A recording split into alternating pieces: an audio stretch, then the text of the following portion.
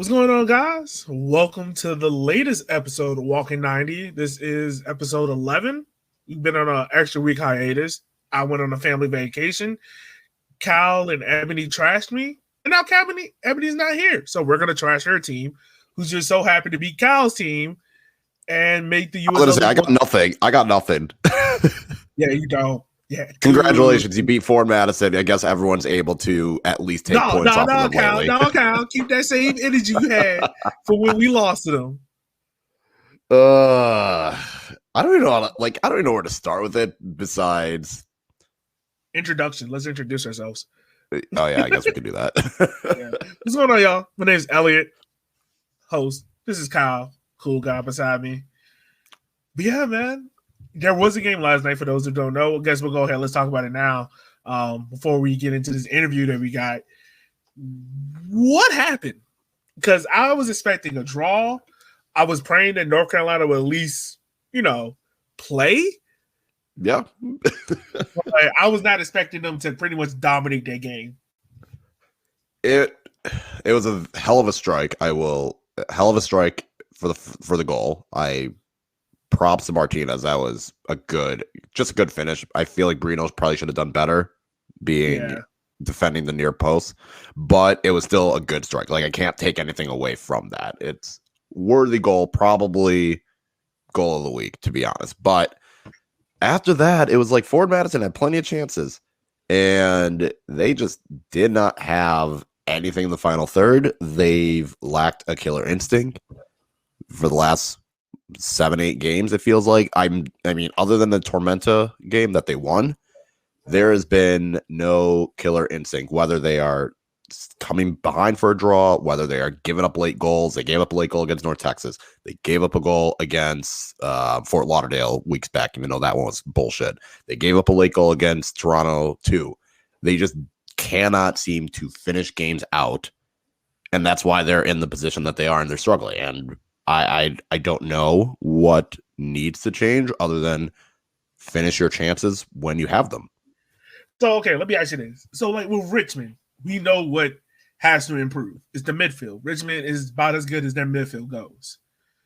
And also their back line. Greenville, we know that if the back four aren't together and solid, that team is normally not going to win a game. What is the big catalyst with Ford Madison?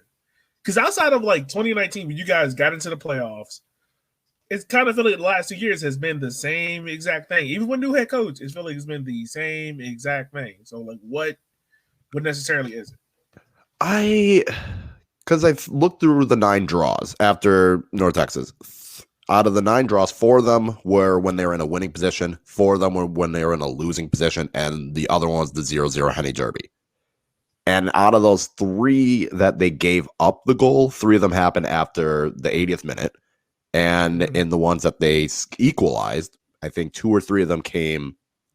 I think 3 of them came after the 70th minute. So what I think they're lacking is just I would say the cohesiveness in the midfield. I think Carl Craig has tried plenty of midfield options. And other than Aaron Malloy, the midfield has changed week to week. Sometimes it's Audie Jepson and Justin Succo. Sometimes it's Carlos Gomez kind of playing more as maybe a 10. They brought in Christian Enriquez. He started 2 games, and then he hasn't been in the lineup since. Mike Vang has been on and off with injuries, so he hasn't really had a chance. I think if it's anything, it's the midfield has not been cohesive, kind of like how Greenville's back four. If it's not that back four, they're in trouble. Ford Madison, I don't think they've got a midfield that they've settled on. And really, only 5, I would say out of the starting 11, maybe 5 or 6 of the players are guaranteed to start. And how many of them should? I don't know. Brino's going to start because I don't know where the hell Chris Brady is. Turbo's going to start because he's Turbo. Jake Keegan's going to start even despite his struggles in the last month or 2. Gebhardt's going to start. Aaron Malloy's going to start. And that's probably it.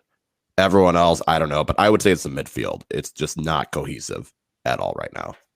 Well, we're going to talk more about that and more that happened in USL League One. But right now, real quick, if you're watching the show, make sure you can leave a comment. Ask us questions. This is an interactive show. The show only goes as well as you guys ask questions. So yeah, we'd love to answer those questions on the show. But right now we have an exclusive interview. To my knowledge, the first ever interview with Northern Colorado's Hailstorm FC. I believe it's FC. I should know. Hailstorm FC, yeah. There we go. Newest head coach, Eamon Zayed. We're going to play it for you now. Hope you guys enjoy it. It should come up. Please work, for the love of God.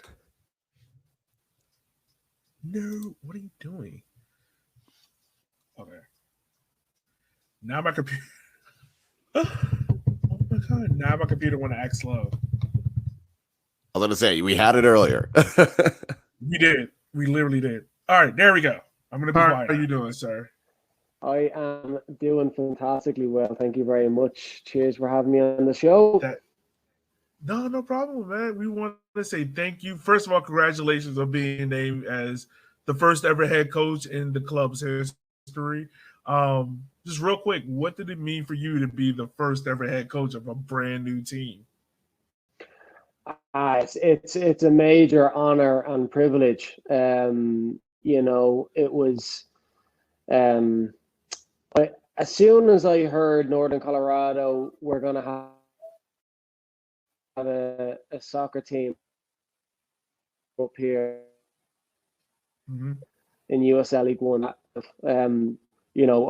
didn't know I was going to be a part of it, but I knew I wanted to be a part of it. So look, when after discussions from that were ongoing after a few months, when I officially got offered the position, it was just an absolute honor to get to lead the very first team in Northern Colorado Hailstorms history into USL League One. It's something that honestly I'm extremely excited about, and I can't wait. Well, yeah, we can't wait to see what you do with the club up there. So real quick, I just want to ask you, we're going to obviously talk about your time in the league and things like that, but you spent some time over in Europe, most formerly like Brave Wanderers, clubs like that. From those experiences, what are you looking to bring into this club, and how are you looking to shape this club? Yeah, I've been fortunate to take the road less traveled, which led me to obviously playing football in Ireland, England, the Middle East, in Iran. I played over in Malaysia, Norway, in Europe, and then obviously I represented my grandparents' country, Libya, and played over in Africa. So, then I came over to America, and I had obviously my initial stint in the NASL, then the USL Championship, and then the inaugural USL League One season. So I think I'm looking to bring a little bit of everything, into this. I feel like I've been very open-minded on my journey, getting to know different soccer philosophies and cultures played all over the world. And I want to bring a bit of all of that into Northern Colorado. I appreciate that America is soccer over in America is different, and then soccer in Europe or soccer in Africa and Asia. The players, the mentality of the players are different, so I got to respect that and understand and appreciate that when I take over Northern Colorado. But yeah, I'm definitely going to take a bit of everything into this, Yeah. I'm assuming there's a lot of, you played on a lot of different coaches, a lot of different styles. Personally, how are you looking for your teams to play? Look, as a coach, I have, I have my own kind of philosophy and style of how I would like to play. And I'll bring some of it into Northern Colorado, but I gotta understand first and foremost the league that we're playing in, USL League One. It's a it's a fast-paced league. It's an intense league. There's a lot of transitions, in games, more so than you may see in other parts where I may have played before, or even possibly USL Championship. So I got to understand that and appreciate that, and when I build out my style and philosophy and how I'm going to play. But I look, without giving too much away, look, I'm an attacker. I've always been an attacker, and I've always been obsessed with scoring goals. So, I'm going to have an exciting team, an attacking team. We're going to be intense. We're going to be a high tempo, intense team. We'll take advantage of a Colorado altitude when teams come up here. Absolutely, we will, and we'll try to take the game to two teams, and that's how I feel. My team are going to play. We're going to try and take the team to whoever we play against. We're not going to sit back. We're going to take the game to them. That's how I like to play. That's how I like my teams to play. I gotta feel like having that Colorado aptitude in your back pocket is like a big bonus, a big home field advantage. Yeah, I mean, I hope it will be. It's something that you hear about, but you don't realize until you get up here. I came here and I'm a big outdoors person. I done my first hike, and I would consider myself, I'm a decent hiker. Because I like to get out there, and that's probably my favorite kind of outdoor activity to do when I'm not playing soccer. So my first hike, I mean, I had intended to do 6.6 miles, and about 3 miles into it, I was like, I gotta turn around. I mean, this is not going as I thought it was gonna go, but it gets to you. It honestly gets to you, So, my players obviously will have a pre-season into them. And I'll kind of I'll incorporate the altitude into it, and we'll see. It's not going to be easy for teams to come up. Just like if we were to go down to, I don't know, maybe Tucson. I mean, the humidity down there is a struggle at times for teams to get used to. Mm-hmm. So. Obviously, you played in this league before, USL League, with Chattanooga Red Wolves. How is that first game going to be for you? Like, are you looking forward to that game, or is it just like another game with a schedule for you? Nah, it's not just another game. I'm looking forward to it. I can't wait. I mean, I'll probably want to be out there playing alongside the team, but no, I mean, I can't wait to get started. For me, and I'm not just saying it. I think USL League One is the most kind of exciting new league at the moment in the States. I think it's really competitive. I mean, well, if you look at teams from third place to 10th place. I mean, it's crazy. I mean, you won't see it anywhere else in the world. I mean, I think there's 7 teams on 24 points at the moment. Like it's ultra competitive. And I mean, that's great. I mean, surely fans enjoy that because whoever you play against, it's going to be a difficult game and it can go either way. And you can't say that about USL Championship because there is a big gulf between certain teams. MLS as well, you can't say that. I don't, it's as competitive. I think this is the most competitive league in the States. And I think that the league table doesn't lie. I think it shows that. And even over the last couple of years, it's always been ultra close, ultra competitive. And it's a growing league. There's more and more teams being added.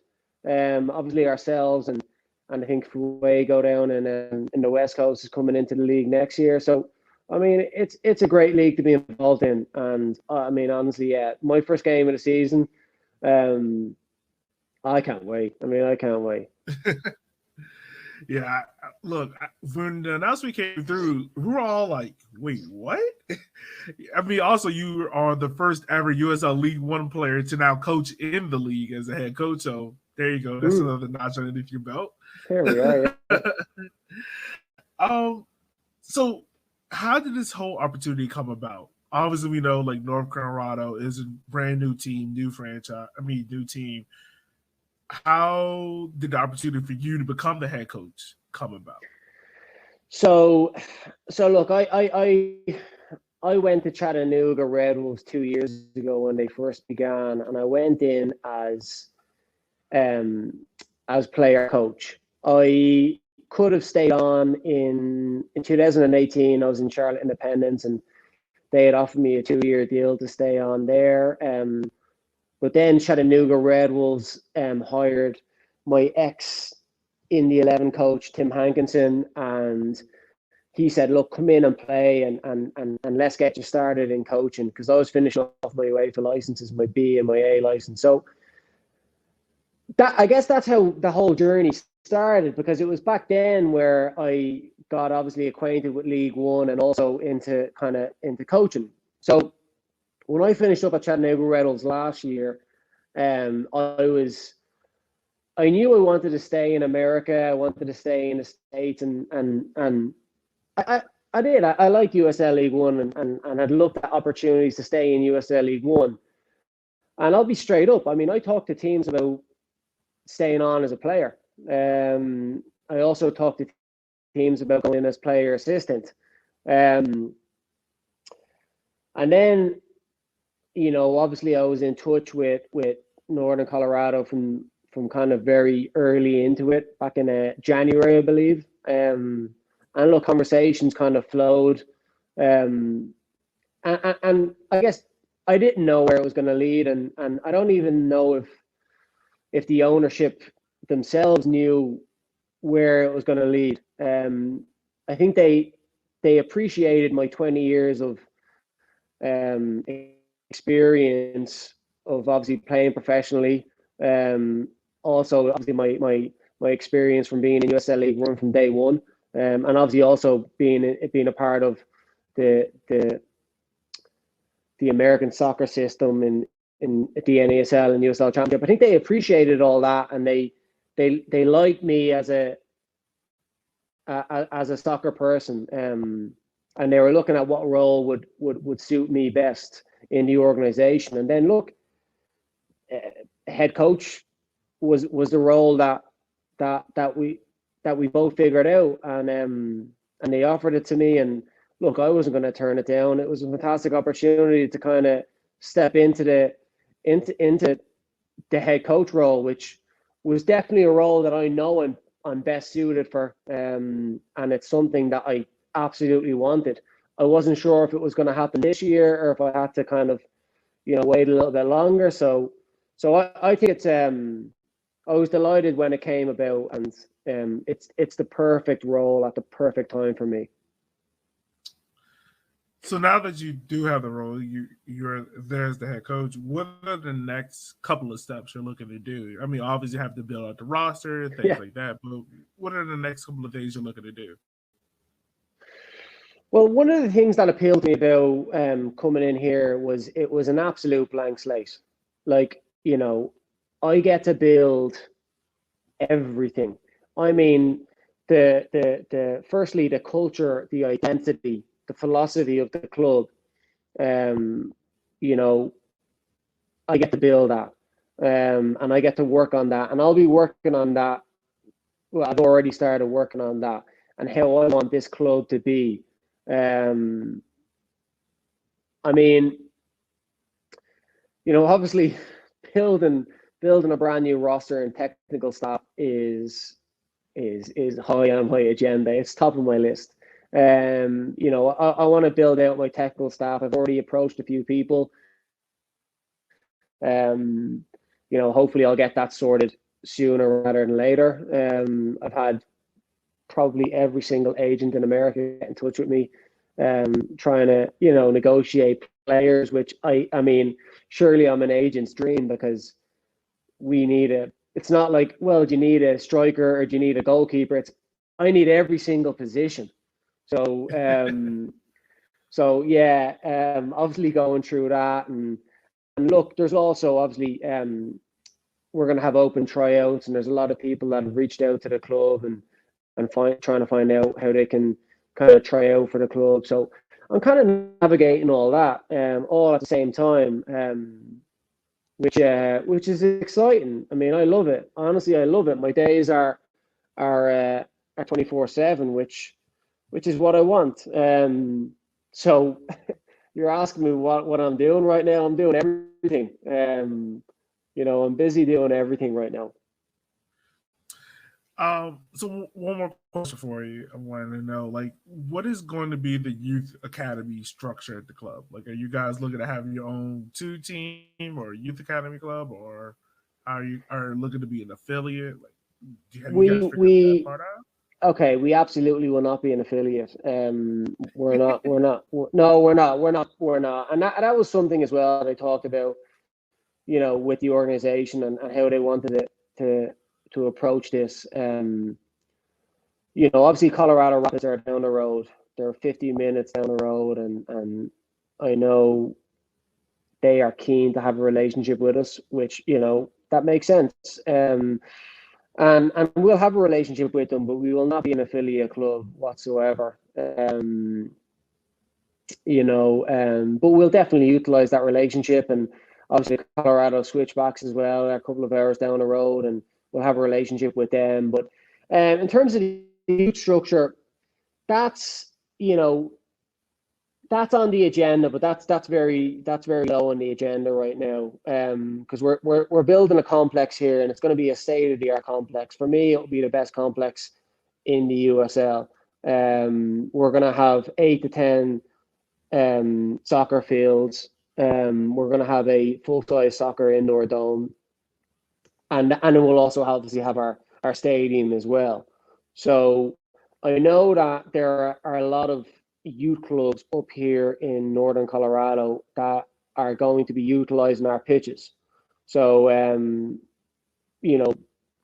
but I mean, because of that, I know the Raps have a youth a part of their youth organization is up here in northern Colorado, and they're going to be utilizing our facilities from what I believe. And there's another big youth organization, Arsenal Fort Collins, I think they're called, and they're going to be utilizing our complex as well. So in terms of having our own youth structure, that's something that we'll look at, but it won't be in the next year or so. That'll be something further down the line, but it's definitely something I'd like to have. I would like to have and try and build out an academy here, for sure. Okay. Well, Coach, we want to wrap up. We want to ask you a couple of fun questions. We got to end the show on a good note. Got to absolutely, yeah. Let's go. All right. So, favorite song to play while working out? Oh, okay. Oh, I have loads. Let me pick one.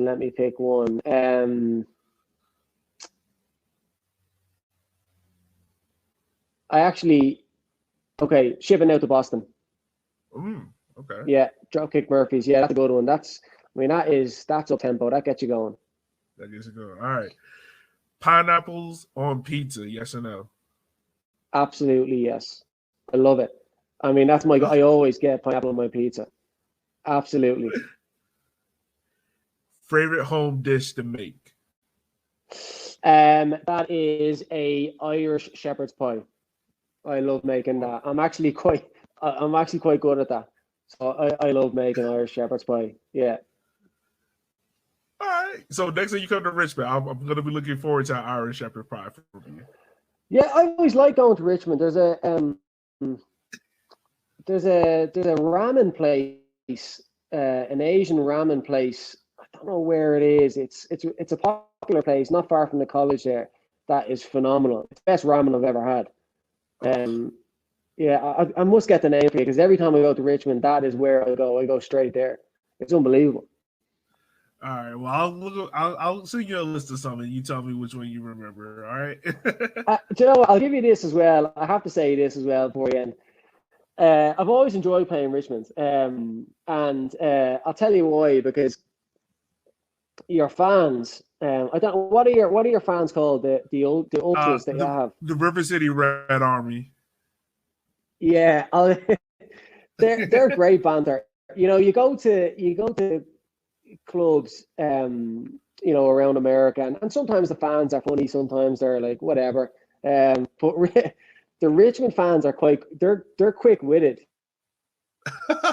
They're good. I remember I was warming up. I think it was Charlotte Independence, or maybe it was Chattanooga. I wasn't playing, and I was warming up, and our coach was he's making changes, but it wasn't me. And the Richmond fans were always like, "Don't worry, you'll get on next. You're coming on next," and winding me up. And it was funny. It was good. They have good banter. I'll give them that. They're quick witted. I like that. I really like that in a game. Oh, well, thank you so much. Thank you so much. Well, Coach, as always, we want to say thank you for taking the time of your day to talking to us, and we wish you good luck on building up Northern Colorado, and can't wait to see you guys play in 2022. Cheers, Elliot. Speak soon.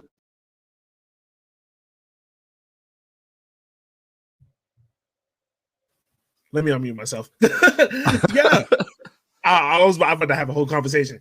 So that's the newest head coach of Northern Colorado. If you want to see us do more interviews like this, let us know.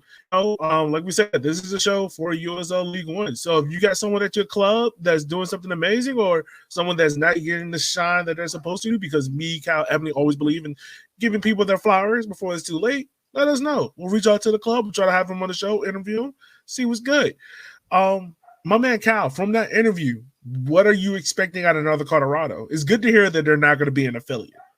I was kind of I figured they weren't going to be an affiliate, because I feel like the options would have either been Colorado Springs and Rapids, and I feel like neither.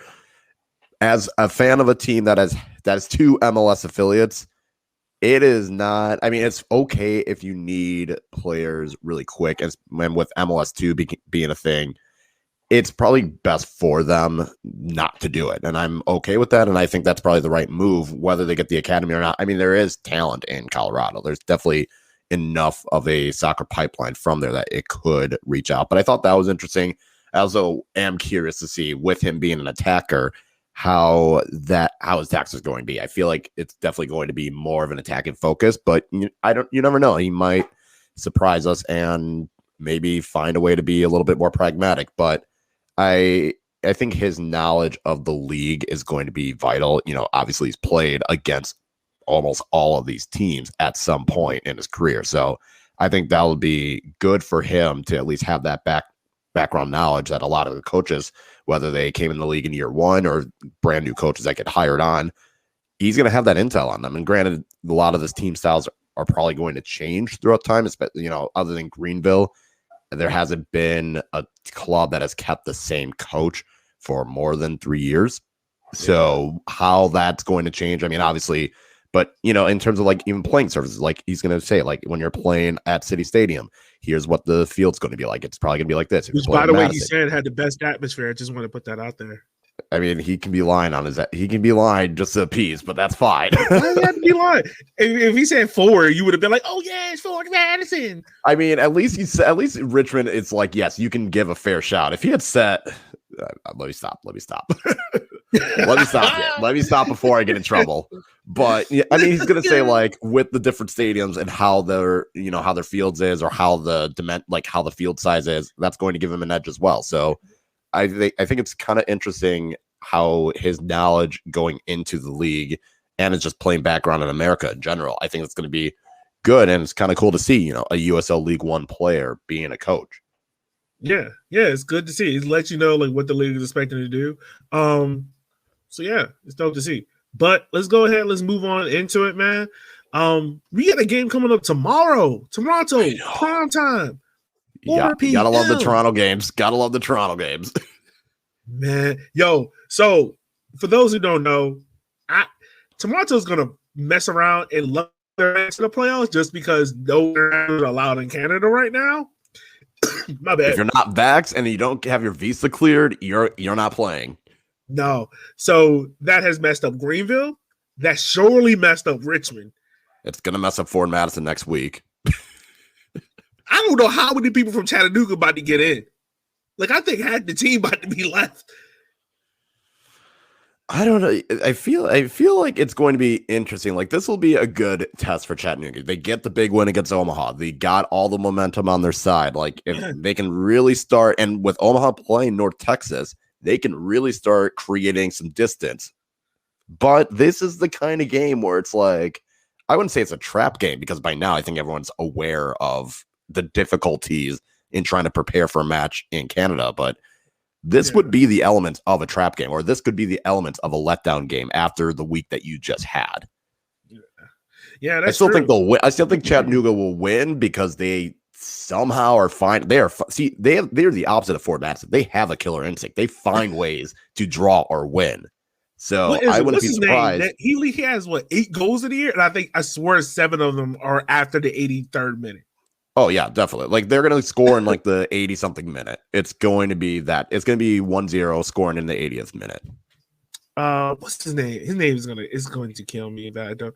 Oh, Juan Gallardo. Gallardo, yeah. Homeboy is like, I don't know what he is, man. He's the elite super sub in USL League One. He comes in, like, if he starts, he's not going to be productive. All you need him to do is bring him on in like the 60th minute, and things just happen somehow. And I don't know what it is, because Obleda did this before last year with who he did this with last year? Marky Hernandez. Like, he would bring him on in like the 70th minute, and he would score like 2. He would get like 2 assists and a goal every game. But every game that he started, he wouldn't do nothing. And I'm like, yo, how is Obleda finding these people? Like, how is he doing this? But yeah, I think it's going to be an interesting game, man. Like, it depends on who Chattanooga takes up, like who they're allowed to take up. Mm-hmm. And I hate to say it, like, Toronto is going to get into the playoffs just because of like what they're allowed into the country. Like, yeah, and they're already sitting, like, right now. Technically, they are sitting 6. They're sitting in the pyramid of doom. Well, of hell. They're us, them, and Greenville all sitting on 6 wins, 6 losses, and 6 draws. Fort Matt says 5 wins. Thank you very much. God damn it. Yeah, there is there's basically, if you look at the standings, there's Chattanooga, first place, 32 points. Omaha with a game in hand, second with 30. And then Revs 2, 24 points. Tormenta, 24 points. North Texas, 24 points. Toronto, Richmond, Greenville, Fort Madison, all with 24 points. But Revs 2 and North Texas still have a game in hand on Toronto, Richmond, Greenville, and Madison, and 3 games on hand on Tormenta. So it's looking, and I mean, within those other teams, like North Texas has 6 wins, Toronto 6 wins, Richmond, Greenville 6 wins, and Fort Madison has 5. And Fort Lauderdale is 2 points behind them with 22. Like, it is absolutely, pretty much everyone has a shot at the playoffs, except maybe North Carolina. Yeah, North Carolina is maybe the only team right now they're not eliminated, but you can be like, all right, we can kind of start pushing. If they lose this weekend in Richmond, you can kind of start pushing them away. Right. Tucson, just because how tight the table is, they can still finagle their way back in. I mean, if they get a win, they're right there on 22. So, yeah. It's going to be interesting, man. That's what we're trying to tell people. Like, keep an eye out for USL League One. Let's just go ahead and talk about the rest of these games, man. Richmond and North Carolina. Like, what are you like? I'm nervous about this game because the last 2 played them, they kicked our ass. You haven't beaten them all season? I don't know what to expect, man. I don't know what this. I feel like this is the kind of game. Was March 2018. That's the last time we beat North Carolina. I mean, granted, there was a 2-year, different league, but I would say this is the kind of game where it's like you would expect Richmond to win. It is at home. They seem to be figuring it out. It seems like things are getting better. North Carolina just played midweek, so they might come in a little bit tired. This seems like the recipe for a Richmond win, but North Carolina, they might be able to sketch out a draw. Like, I don't know. I legitimately don't know. I would expect a Richmond win, though. Like, that's the thing. Like, I would expect Richmond to win, but I don't know. Like, there's something about North Carolina with you guys where it's just like unable to just simply get over the hump with them. So real quick, just to give the listeners a little bit of background on Richmond. Richmond has yet to have back-to-back wins or like a sandwich, so like a draw, win, draw, or a win, draw, win. Has yet to happen this year. Richmond's on the verge of that happening. Also, we haven't lost a game in our last 5 games. We've also I'm trying to remember. We are better at home than we are on the road, and North Carolina is the worst team on the road in the league. So it just gives you like it seems like it go Richmond, but then you're like, we've seen this before. Who knows? Who knows what can happen? And the last two North Carolina's last 2 road games were a 4-0 loss to North Texas and a 3-0 loss to Revs 2. But Revs 2 basically played MLS guys at that point. Right. So it's going to be interesting, man. It's going to be very, very interesting. Next game we got coming up on Saturday, you got South Georgia Tormenta versus Fort Lauderdale.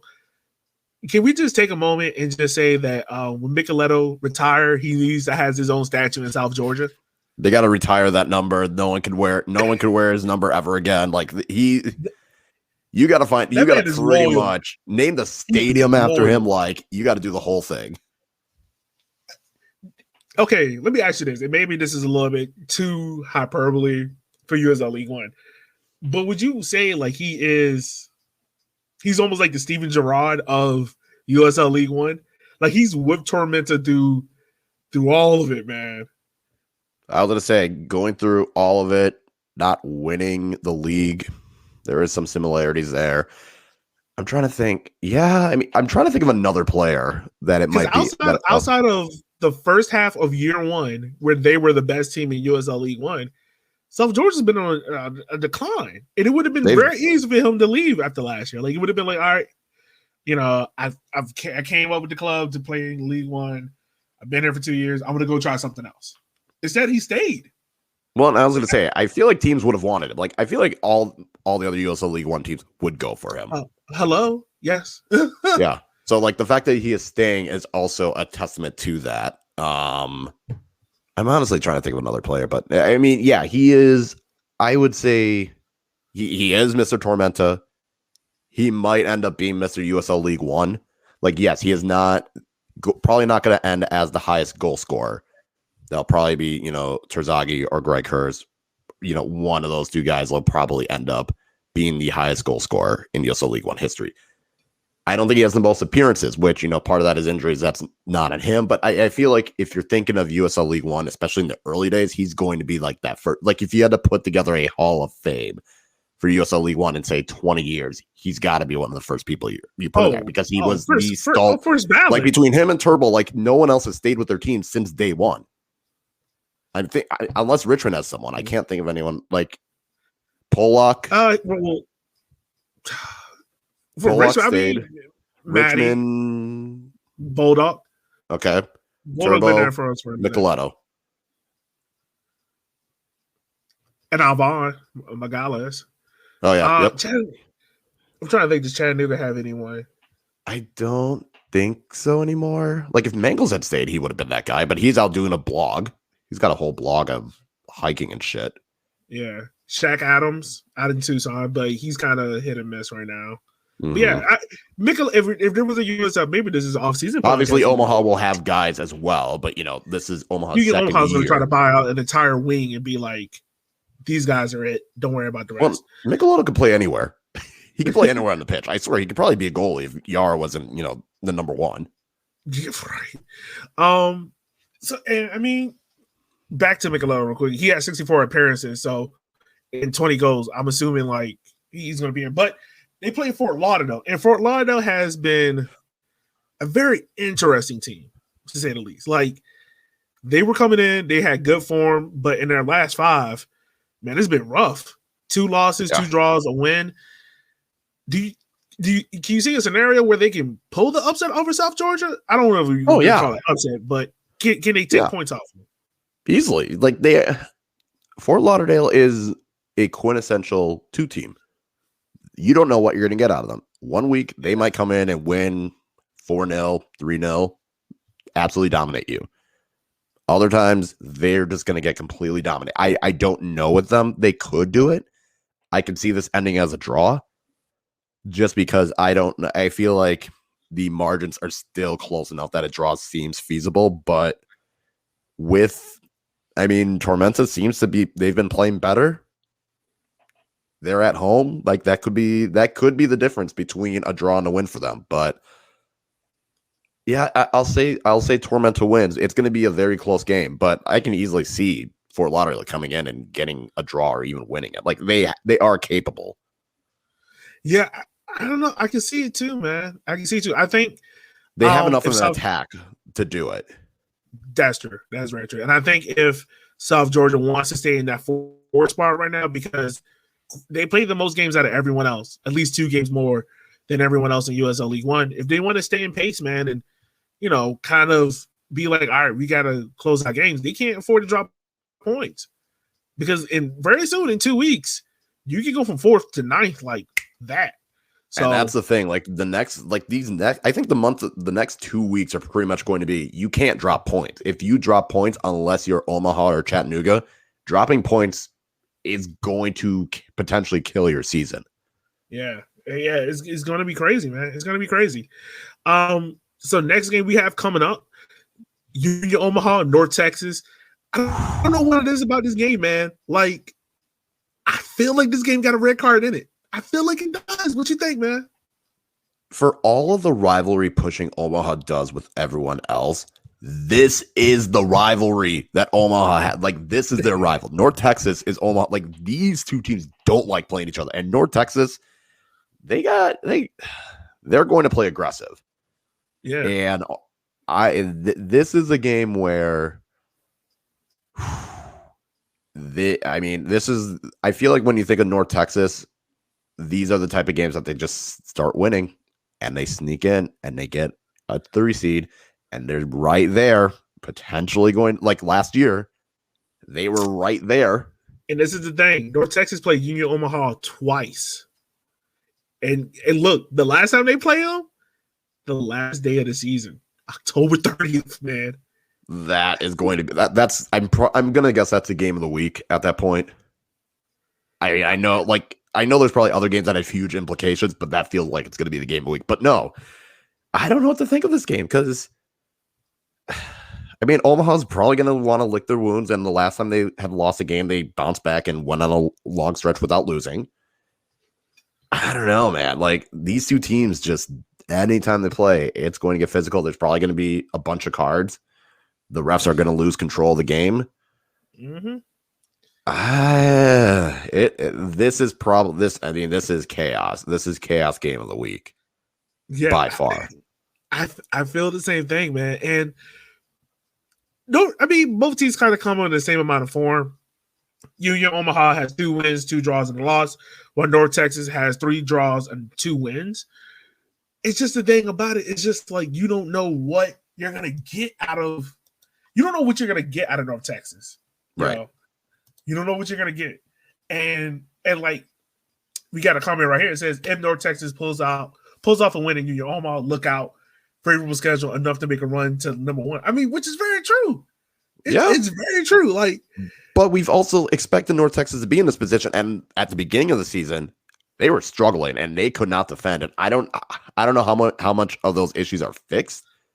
They definitely have a favorable schedule, but it seems, at this point, is there really a favorable schedule? Because anyone can beat anyone at this point in this league. Like, it is that balance that, there's not an OCB anymore. There's no 3 easy points.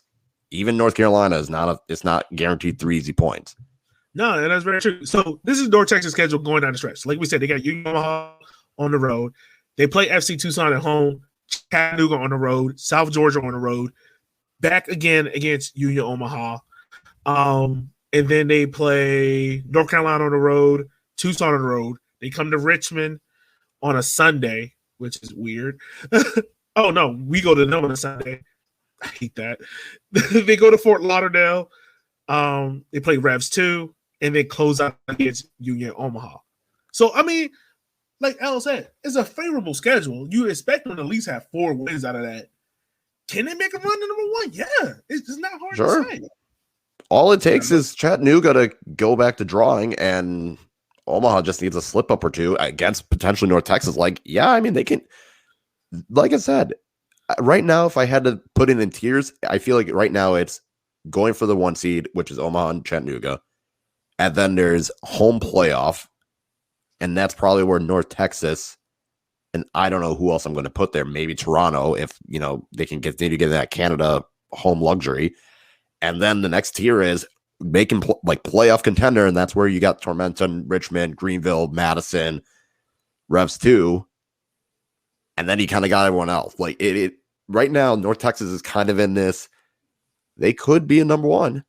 Yeah. I think they're going to get a 3 or 4 at the rate with the way they're playing that schedule. A 3 or 4 seems the bare minimum. Yeah, it seems like the bare minimum, man. I mean, I agree with that tier system. Like, I think Chattanooga and Union are definitely playing for the 1 seed. I think right underneath that, lock up a home playoff spot, I would put North Texas. So I'll kind of put South Georgia in there, and also maybe Toronto, because that Canadian home field advantage is priceless. And after that, it's kind of like a toss-up about playoff contention. Only team that's out of it right now is North Carolina. Right. That's it. Everyone else, and they're going to cause enough chaos. They're going to cause enough chaos, like Evan said. Yeah. And I even think, putting Tucson, you could put Tucson in the playoff contention until that mathematically eliminated. 2 wins and a draw puts you back into it. So, you can't say they're eliminated yet. And we got another comment from L. He said 5 matches left for North Texas. 3 of the 5 remaining road games are against bottom of the 3 teams in the league, which is true. Who's to say they can't? Obviously, they put 4 against North Carolina. Who's to say they can't do it again? They're a better team than FC Tucson. They're a better team than Fort Lauderdale. Mm-hmm. Yep. It's not hard to say. It's I mean, hell, in terms of talent, they're probably. They're the deepest. They're the deepest. They got enough talent, right? It's the consistency. Yeah, 100%. That if there's a game you want to watch, I would say that one, man. 10 o'clock game. 10 o'clock. We go out to the desert, man. FC Tucson just recently, right before we started recording. Vibes. They dropped a video with Shaq Adams. Which, by the way, what is with all these USL League One teams started doing media content now? Richmond put out some videos. Greenville dropped the jewelry. What's going on? Because before we won't get no content, nothing. Now everyone will be dropping content here and there. What's going on? I'm okay with it. Look, we need, if you want to get people interested in the league, you got to put out shit that's worth watching. Yeah, it is true. It is going to be a big, you got to continue doing it. You can't just bank on, we win. Because, I mean, that's only going to get you so far. You got to put out content. That's true. That is very true. Even if you're not winning, you still got to put out content. Even if you draw every match. You might end up being the Arsenal of USL League One. Hey, real quick. We don't talk Prem on this show at all. I just find it hilarious. This is the only point we're going to make about Prem this week. I find it hilarious. Arsenal is about to get blown out in 3 consecutive because they're losing the city. And they tweeted out, was like, hey, Christmas time, you can buy a whole bunch of Arsenal jerseys and retro jerseys. And I'm like, keep that they learned from Forward Madison. You can suck as much as you want to, but we going to push this content, baby. We may not win, but we're going to look hella. We're going to have the drip. Losing, drip solves problems. Drip helps ease the burden of losing. Drip will always make you feel a little less crappy when your team draws or loses. If you got the drip. Who was it? It was Deion Sanders who said, look good, play good, feel good. Except they're not playing good. Except Format is not playing good. So you're kind of missing that stuff. That should be Forward Madison's logo. Feel good, play good. We look good. We're going to play good. Hey, whatever works. But yes, no, the content I'm appreciating. I need more teams to put out content. I hope that Fuego and Hailstorm also do it. Spokane, whenever they join, Fort Wayne. Like when all these teams start getting in, that's what we want to see. We want to see content. Yeah. It doesn't need to be banter. It doesn't need to be jokes all the time. Just put up stuff that is interesting to watch. Yeah, we want to get to know these players. We want to get to know the staff, things like that. Shows like this, Walking 90 is great. You know, podcasts are great around the league that we have. It's great. We want more of that content. We want more of it. Keep doing it. But let's talk about this FC Tucson Greenville game, because first of all, Ebony, if she calls this,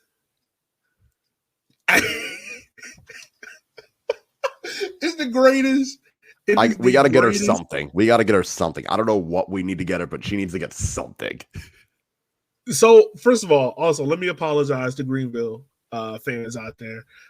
Ever since I said Harks to Atlanta, they have been trash. I feel like Harks saw that comment and was like, "Yo, I got job security here, buddy." Suck. Like, I don't know, man. It's like ever since that break where Dallas J was playing internationals, they haven't been the same, man. And to be honest with you, yo, like we don't want to be sitting here like just going at coaches, but you kind of got to question what Harks was thinking going into this game. I understand injury crisis, things like that, but how don't you start Dallas J? I get it. He hasn't been in good form, but that's not entirely on him. But in a game, and the broadcast was kind of making this day, in the first half, both teams probably don't see this as a must win right now. But for Richmond, it was a must win, because if Richmond lose that game, it's hard to see us making the playoffs. Greenville was this game. They jumped to third and they kind of had cushion. Now it's kind of like you look at Greenville, you're like, what's going on, guys? And then, it's one thing, like their stretch, it's one thing. I was like, all right, you lose to Tormenta. Okay, fine, whatever. On the road, what? Well, actually, it goes further back, like North Texas. Okay, fine. Mm-hmm. You lose to North Texas. Fine. You bounce back, you beat North Carolina. You squeak by them, but you still win. Okay, everything's okay. You lose to Tormenta. All right, not ideal. Fine. You play Ford Madison. You go down 2-0. And, I mean, you come back and draw, but it was just like okay. You draw against Chat, in which okay, again, not terrible. You beat Revs 2, you're back in. All right, cool. But then you have a 0-0 draw against North Carolina. You can't beat, you blow the 2-0 lead against Tormenta. You blow the lead against Chattanooga. You draw 0-0 against Toronto when you had a chance to win it.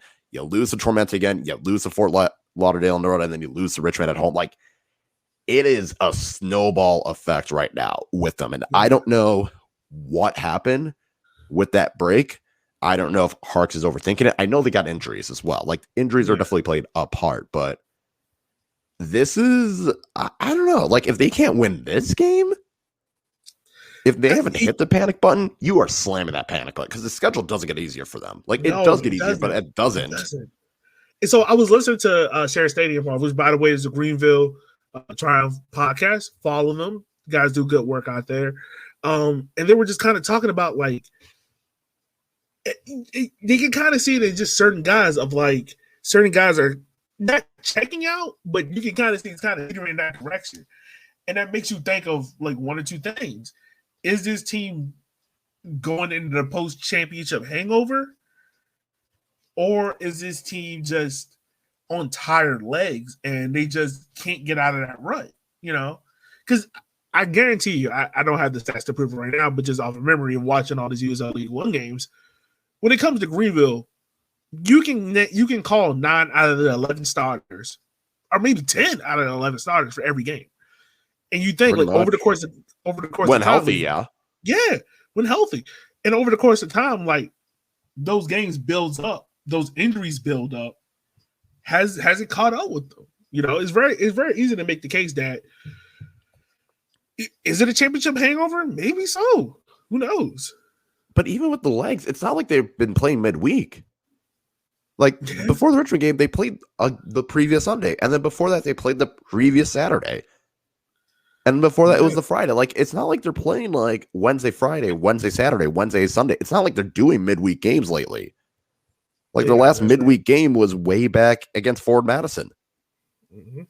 So it's not even like you can. I mean, yeah, the legs are still tired, but they're not as tired as some of these other teams that have been playing midweek games. Yeah. So after this Tucson game, they had Toronto at home, Chattanooga at home, Tucson again at home.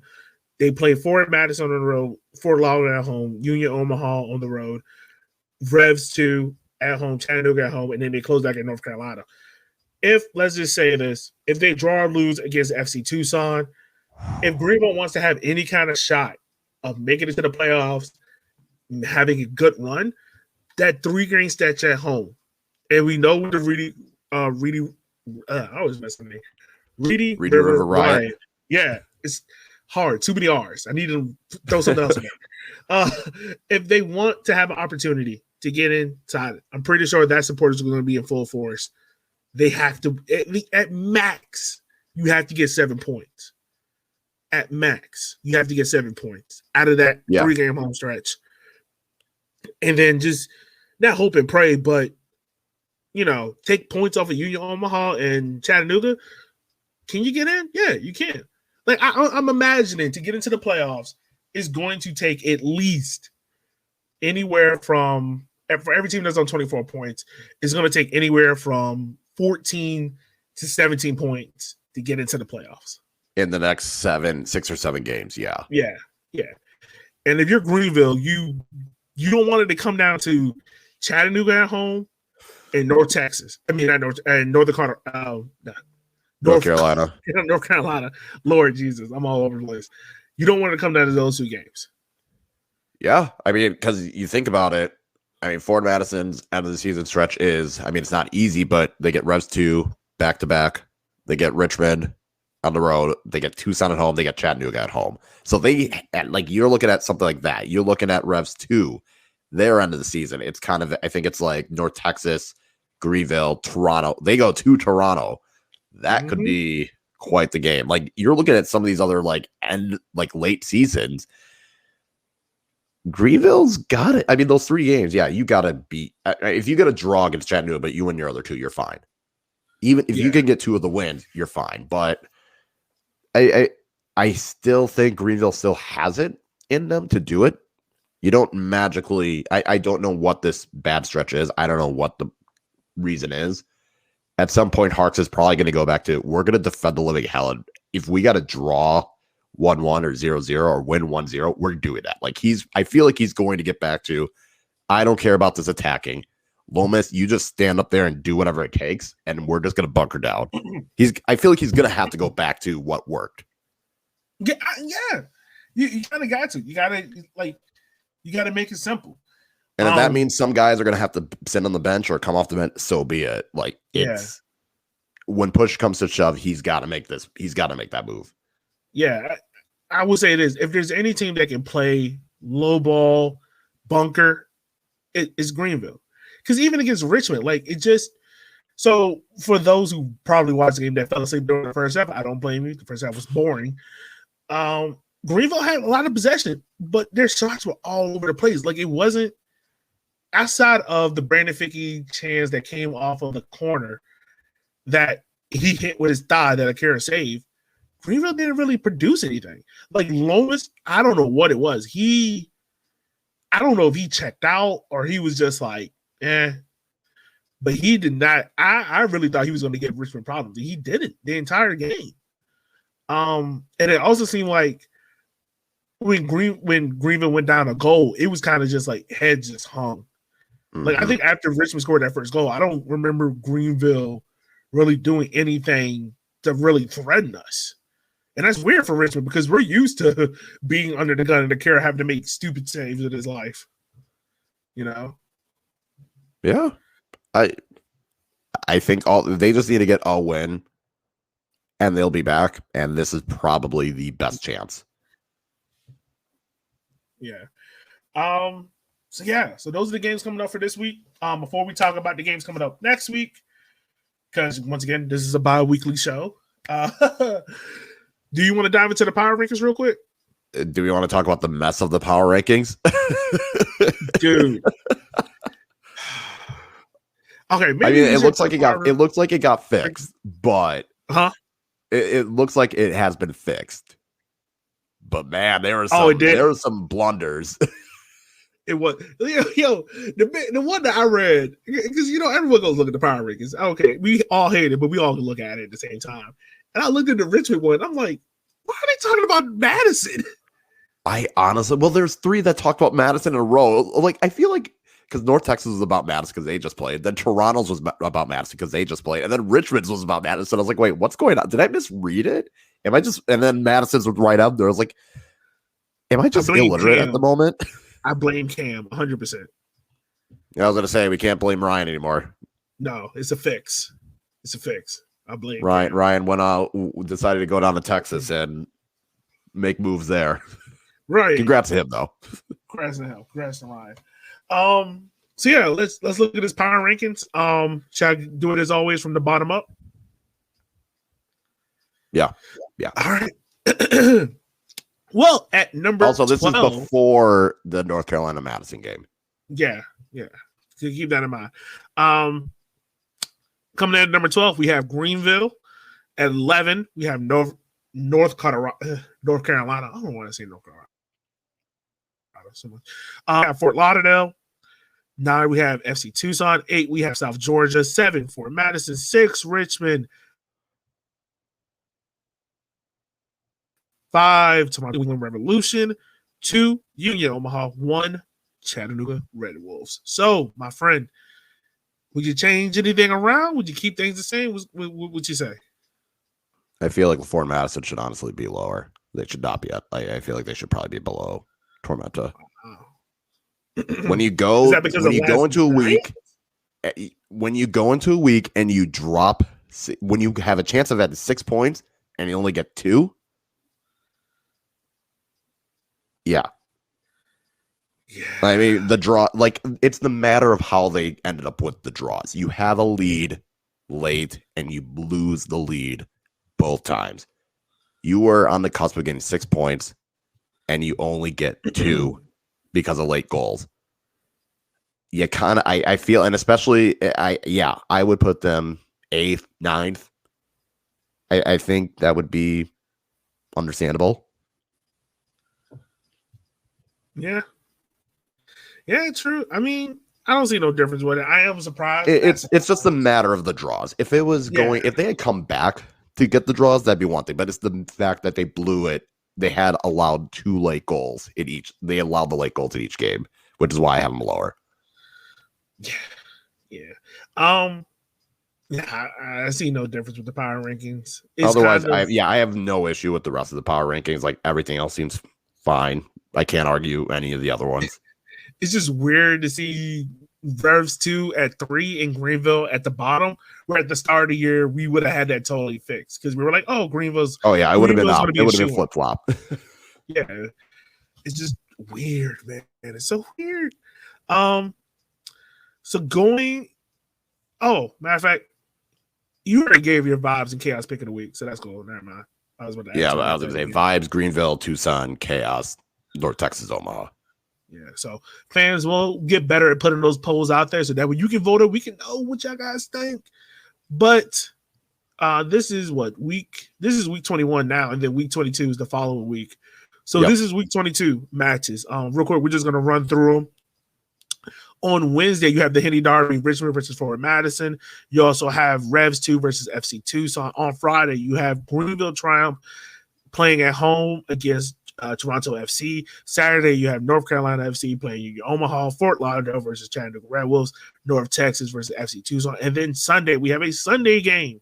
Sunday Night Football. Dun, dun, dun, dun. We're about to get sued. Revs 2 versus Tormenta. Real quick, my man. What's your vibes pick of the week? What is your chaos pick of the week in that game? In that week 22. Vibes. Once again, for those who don't know, the vibes is the game that you sitting back, you chilling, you cracking a beer, and you just there for the fun. I mean, Revs 2 Tucson is interesting. It's interesting because, I mean, are we going to get Revs 2 with MLS players, or are we going to get Revs 2? Ooh. I don't know. Like that's like, and I mean, I just like, I don't feel good about Chattanooga and Fort Lauderdale. Like, I feel like that's not going to be entertaining. North Texas, I feel like will kind of blow by Tucson. Omaha, North Carolina would be hilarious if North Carolina could take points off of that. But yeah, I think I'm going to go Revs to Tucson just because I feel like if this was the one on Friday, or if this was one on Saturday, I would pick that to watch. It's interesting. Yeah. Also, 5:30 p.m. start time for the Henny Derby. So 6:30 your time. Yeah, 6:30 my time. Weird. I mean, most of the game starts at 6:30. I know, but I mean, for me, it's weird because it's like most games start at 7. Yeah, people are hitting me up already. Like, yo, you ready for the Henny Derby next week? And I'm like, I'll be getting off work. Right. I'm gonna literally get home from work and turn this match on. Like, that is probably what's gonna happen. Yeah, like, that's about it. It's not gonna be too much. Yeah, but no, that I'm gonna say Tucson Revs 2 is my vibes game of the week. So what you got as the chaos pick of the week? Non-Henny Derby selection. Let's see. Fort Lauderdale, Chattanooga seems like there's some chaotic energy there because I feel like this is a peak Chattanooga game where Fort Lauderdale will be up like 2-1 because they will score 2 goals early, and then Chattanooga is just going to get a goal like right before halftime, and then another goal in like the 87th minute. It just seems like this is a quintessential Chattanooga game. That's very true. That's very true. So real quick, man, before we get up out of here, this is your goal scorers for USL League right now. You got Mario Lomas on 12, Emiliano Terzaghi on 12, who shout out to him. He is now the quote unquote record holder for most goal scorers in USL League One. Before we finish out the rest, Kyle, this is a comment for you. I'm gonna put this in here for you, just so you can be happy. There we go. Oh, I'm glad I have some influence in a positive way.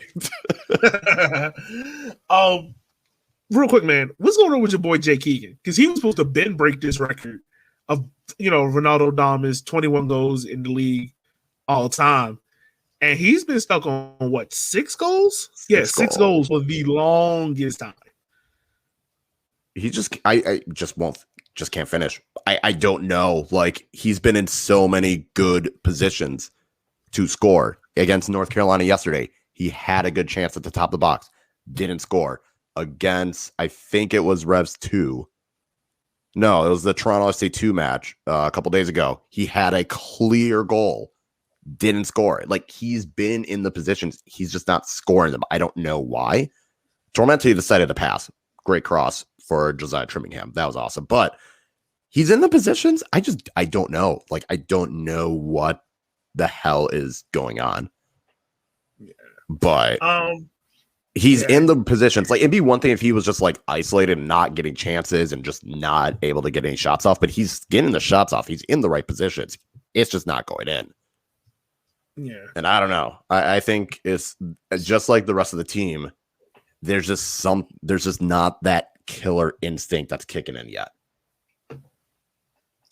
So yeah, that's gonna be interesting. So Greg Hurst is on 9, Marco Micheletta's on 9, Juan Gallardes is on 8, Garrett McCullen is on 8, and then Keegan, Mitchell Curry, Sean Honda on 6. So right now, if you had to put your money on someone, who do you have finishing with the Golden Boot this year? I think now that it seems like the team is figuring out how to get the best out of him. I think Terzaghi's starting. I mean, we've seen it. Terzaghi's definitely picking it back up. He had a slow start. He seems to be picking it back up. I'd go him or Greg Hurst. I think with the injuries that have seemingly hit Omaha's attackers, I think the team's going to rely more and more on Greg Hurst. So I can see those two being the top 2, and I think Terzaghi is going to have that edge just because I think now Richmond is at the very least, he seems to be playing better himself and getting himself back into the goal scoring form. Yeah. Yeah, I can see that as well. I'll put my money on Emmy because Richmond's going to go as far as he goes, just, finishing. Not saying Richmond doesn't have finishers. I mean, John Bolaños, Olex, you got guys on the team that can finish. It's just if Emmy is scoring those chances, I feel more confident in Richmond, finishing out the year in a playoff spot. A person that I will put as the dark horse, I will put Micheletto, because not even him scoring the chances like that, but he's taking all the PKs for South Georgia. So my dark horse would be McLaughlin from Toronto. Like when he scores, he seems to score. Like when he scores, and if there's a game he scores 2 or 3. Like that is, it's not like he's scoring like a game after game. It's like he'll score 2 goals in a game, not score for another 3, score another 2 goals. Yeah, that's true. That's true. Well, my man, that is our whole wrap up of USL League One. Anything else for you before we close out this episode? I would say check out the supporters of the month thing that USL League One's doing. There's been some good people in it, so check them out. Check out the work that they're doing. That's good work that the league is doing, and good fans to highlight as well. Make sure to check out. More than just me and Kyle, USL League One, folks. I promise you, there's more than just me and Kyle. I'm just trying to take a back seat now. Like, I had my fun. Right. This is my platform now. This is the platform that and forwards backwards. Like that's what I'm gonna try and do. But yeah, check it out. Check out media here. We're trying to be proper media. Right. We're gonna step it up. And when Ebony joins us, it's gonna be the same way. But I would say just check out as many matches as you can. If you have any questions, hit us up on Twitter at Walking90Pod, or you can hit us up on our individual Twitters as well. Don't hit me up. I don't tweet anymore. I'm a holy person now. You have calmed down the tweets. Is it because school's starting up again? Yeah, it has. I don't have a whole bunch of free time. Yeah, man. As always, guys, we want to say thank you for taking the time of your day and for listening. Just take a second, leave a review, give us a like. We're trying to end this year. Trust me, you're gonna get a lot more parts, a lot more interviews. We're trying to end this year with at least 10 likes per episode. You're trying to have at least 50 subscribers. This is year 1 of Walking 90. Promise you we're not going anywhere. But we just want to say thank you guys for taking the time of your day for listening to us. As always, my man Kyle, thank you for joining me today, my man. Thank you for having me. And yeah, Ebony again, she was on vacation. She'll be back with us in the next episode. She will be. All right, y'all. As always, we'll holler at y'all later. Be easy, be cheesy. Support USL League One. Get your shots. Yeah.